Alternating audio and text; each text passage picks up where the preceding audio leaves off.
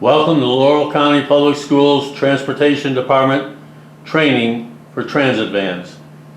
As part of this training, you will also need to have the training sign-off sheet to be turned into the trip coordinator once your training is complete, along with your valid driver's license.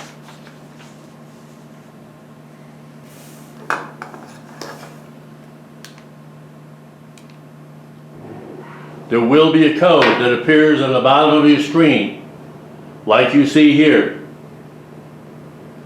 that you will need to enter onto the training sign-off sheet to verify your training. This code, 123456, is the first of 3 that are required.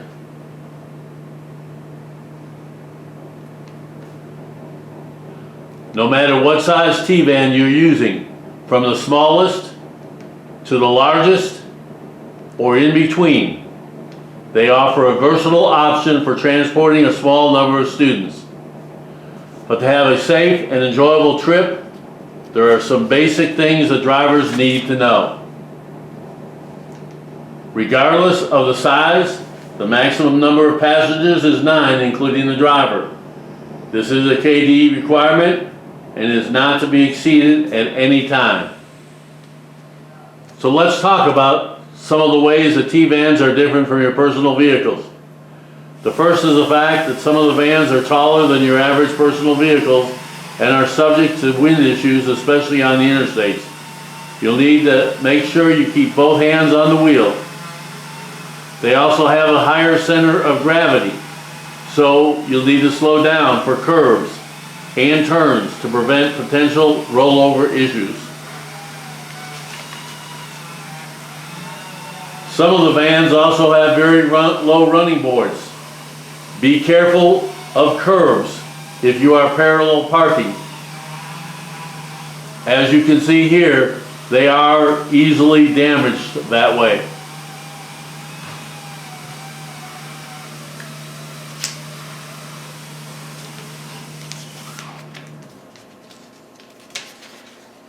Also be aware of speed bumps or any other debris that's on the roadway so that you don't wind up damaging them in that manner. Another way that the T-vans are different from your personal vehicle is that they are required to stop at railroad crossing. It is by state law that it is required and is posted on a sign on the back of each van.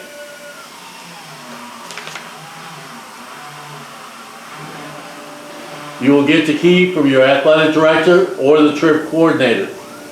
The key will also have a fuel key on it. The vans should be fueled after each use. Keep in mind that you cannot fuel a van with passengers on board. You also need to have some important phone numbers. I would suggest that you program them into your phone.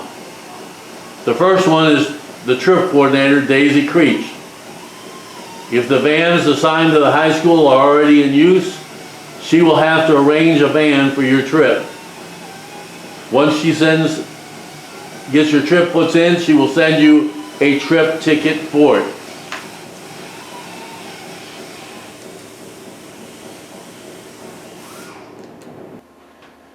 In addition to Daisy Creech's phone number, you will also need to have Mark Yaden, the lead mechanic.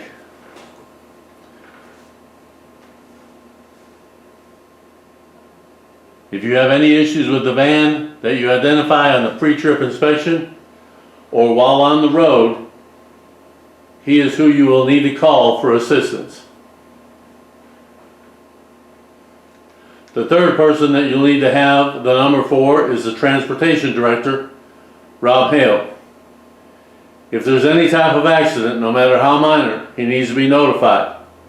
He will then give you further instructions on what may need to be done.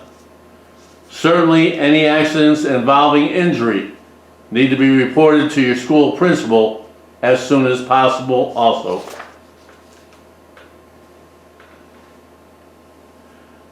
You need to be comfortable behind the wheel anytime you drive. In order to safely operate the van, you will need to make sure that you adjust your seat, the steering column, and the mirrors to all fit you. Most of the van mirror adjustment is to the left of the headlight switch right near the door. The smaller vans, the mirror switch is above the window switches on the driver's door. You also need to make sure you refamiliarize yourself with all of the controls. The headlight switch is usually to the left of the steering column. The wiper switch is on the right side of the steering column. The washer fluid is operated by pulling that same lever toward you. The hazard switch is usually found in the center of the dash, and it will be an orange triangle. The handbrake is between the seats alongside the driver's seat. The heater and air controls are also in the center of the dashboard. There also will be 12-volt chargers, at least one, and maybe multiple chargers for cell phones located throughout the vans. They can be used by the driver or students on board. But keep in mind that doesn't allow cell phones to be used by the driver. They can only be used when you are parked or pulled over at a safe location. There's also a two-way radio located in each van. Most are between the seats, but the smaller vans may have them installed overhead. You may have to turn on the radio to get it to operate. It is good for communication with the bus garage on channel 1 if you are within range. You can also communicate with other vans or buses that are on the same trip on channel 2 if you are within about a quarter mile of each other. The hood release is on the left side by the driver's door.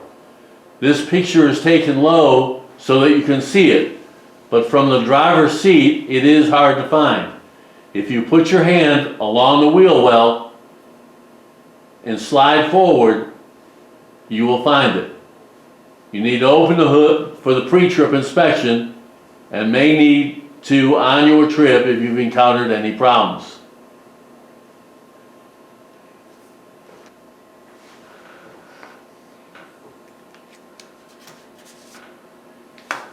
You always want to make sure that you have enough gas for your trip. Whoever used it last should have refueled it, but that will be of little consolation if you run out of gas on the road. You also need to make sure that the van is clean for your trip. Again, whoever used it last should have left it clean, but you don't want your passengers to have to deal with someone else's mess. In addition, you always have to conduct a safety pre-trip before you use any district vehicle. You want to use the pre-trip form to report any defects. Report any serious defects to the lead mechanic immediately.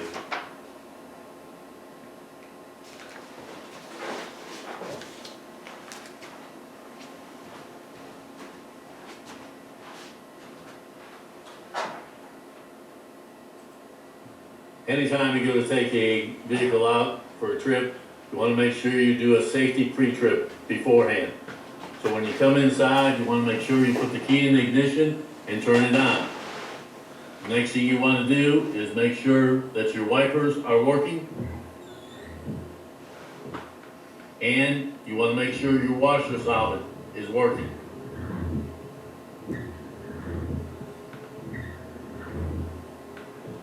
You also want to make sure the horn works. When you start to go to the outside, the first thing you want to do when you go to get out is to release the hood. The hood release is hard to see.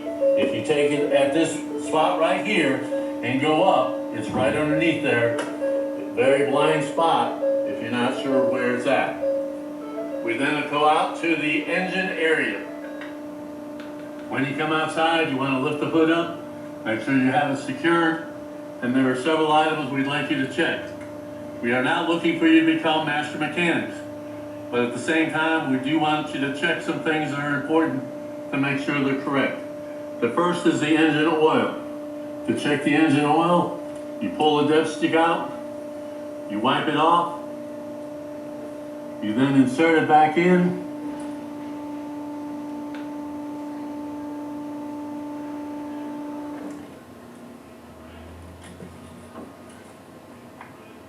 and pull it out again, making sure that it's up to the full line.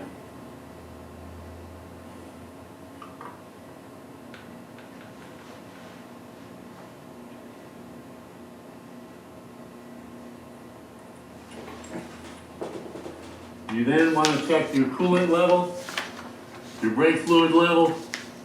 Make sure you don't see any evidence of any leaks, any problems with the belts, and that you have washer solvent. At this point, we're now going to go around to the inside.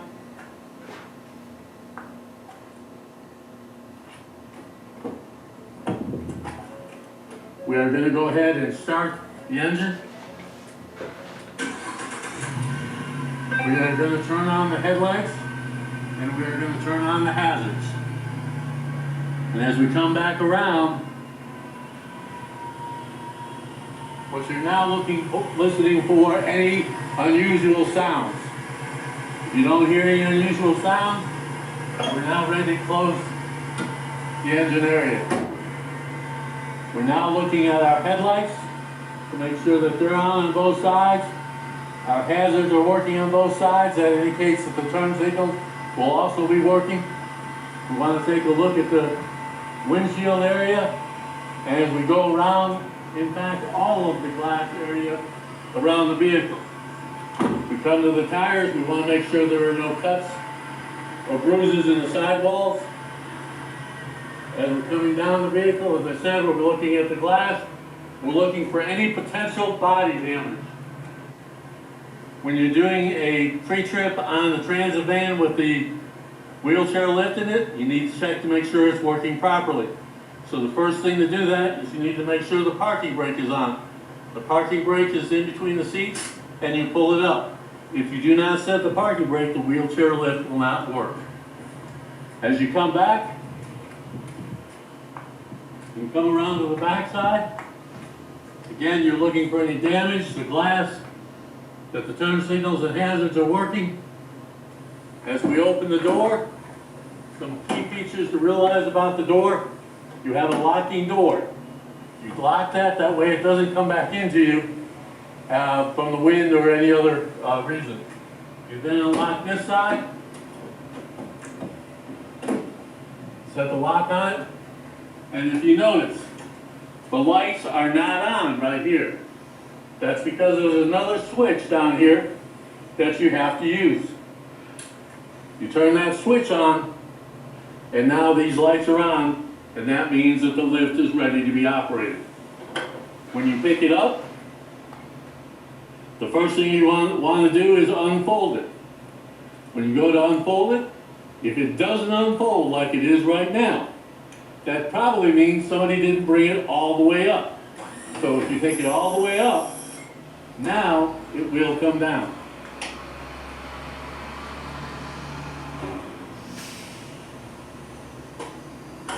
When it comes down, you then hit the down switch.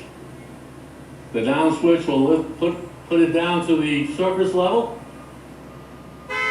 It needs to be a fairly level surface. In the event that it's not level, when it comes down so far, you may have to put your foot on that in order for it to come down. Once it is down, the wheelchair is ready to go on there. If you were doing this, what you would do is the attendant bringing the student would be on that side. They would set the brake on that side. You set the brake on this side. This is equipped with a safety strap, so you want to make sure you use that. Then as you go to take the student up, you're going to bring them up, keeping a hand on the wheelchair even though it's got the safety strap. When they get up that far, now your attendant is going to wheel them in and start securing them in the wheelchair area. Once they've got them off of the lift here, we are going to go ahead and pull that back up.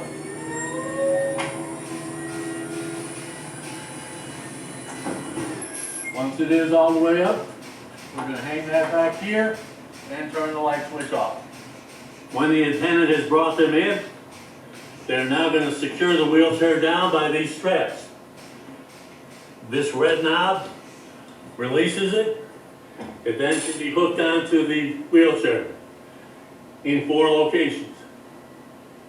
Then it gets tightened down to secure the wheelchair. Once you get to the destination, again, release that so it can be taken off of the wheelchair.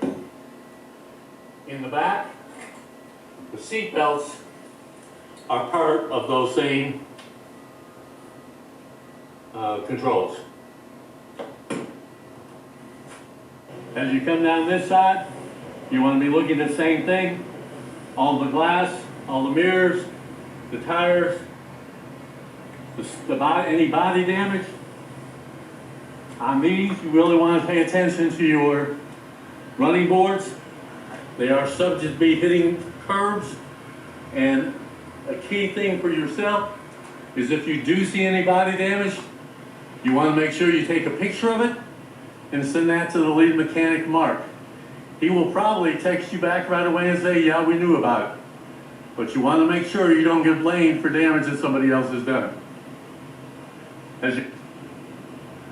As you continue around, you want to make sure in this stand, this is where the triangles and jacking tools are, and the body fluid cleanup kit and first aid kit. They will be in different locations on each van, but you want to locate all those items, and you do also want to make sure down in between here we have a fire extinguisher. All of those things should be present. You also have the two-way radio. The two-way radio can be used to contact the bus garage, but once you get out of range, you can only use it to contact other vans or other buses that are in your area if you put it on channel 2.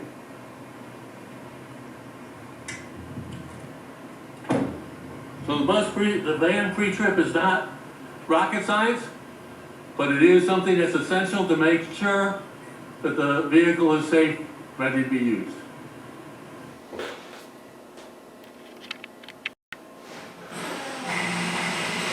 Certain defects, like headlights, taillights, brake lights, or turn signals not working, need to be fixed before the van can be used on a trip. There can never be any broken, cracked glass, mirrors, or light lenses on the van and have it go out.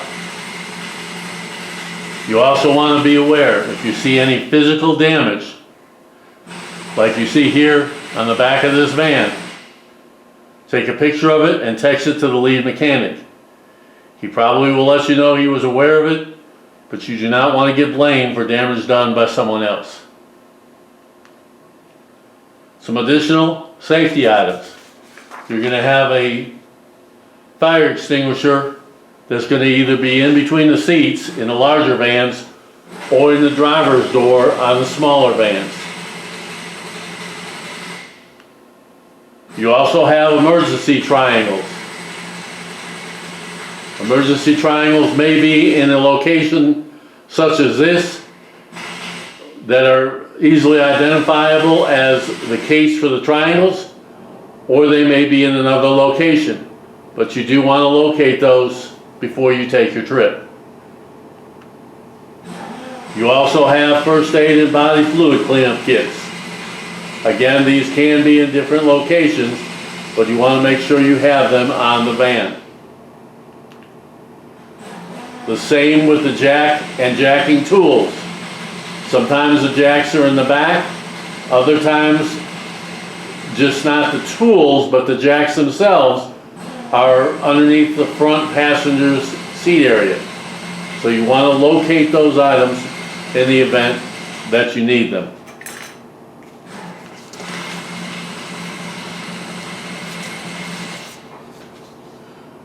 When you finish the trip, you want to make sure that the van is refueled. In order to do that, pull over to the gas pump area that is to the right of the main gate of the bus garage. Remember that your fuel key is with your ignition key for the van. You'll need to have the odometer reading and the vehicle number. The vehicle number will be on the door, sometimes on a label like this one is, sometimes simply written in magic marker. You then want to insert the key into the key reader. It will then ask you for the vehicle ID number. You then enter that number from the door into the keypad and hit enter. It will then ask you for the odometer reading. You will go and enter that number on the keypad and hit enter. It will then remind you to remove the key from the key reader and ask you which pump you will be using. In this case, we're at pump 4, so we will enter 4 on the keypad and hit enter.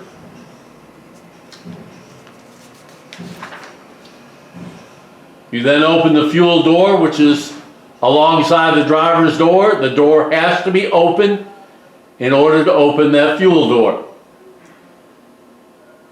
Note that there is no gas cap on it.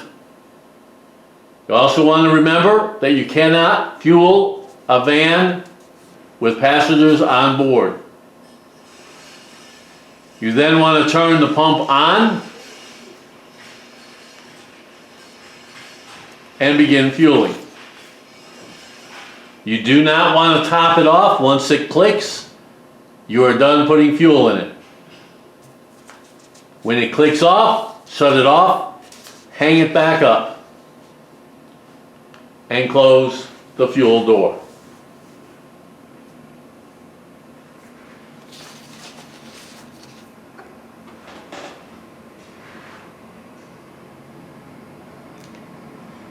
Finishing up the trip, you want to make sure the van is refueled and that the van is clean.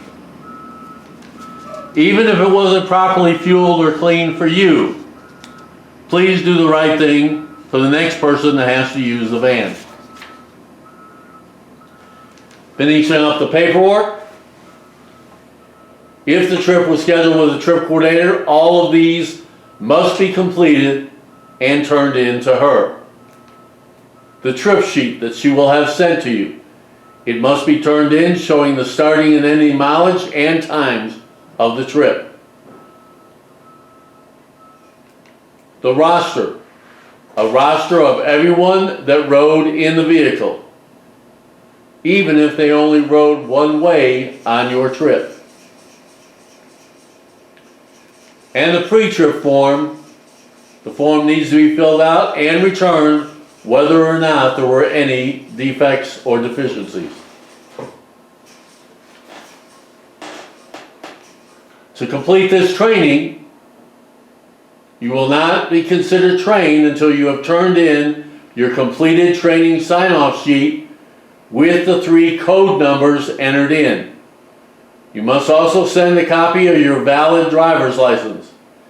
If your license expires before the beginning of the next school year, you will also need to send in a copy of your new license when you get it.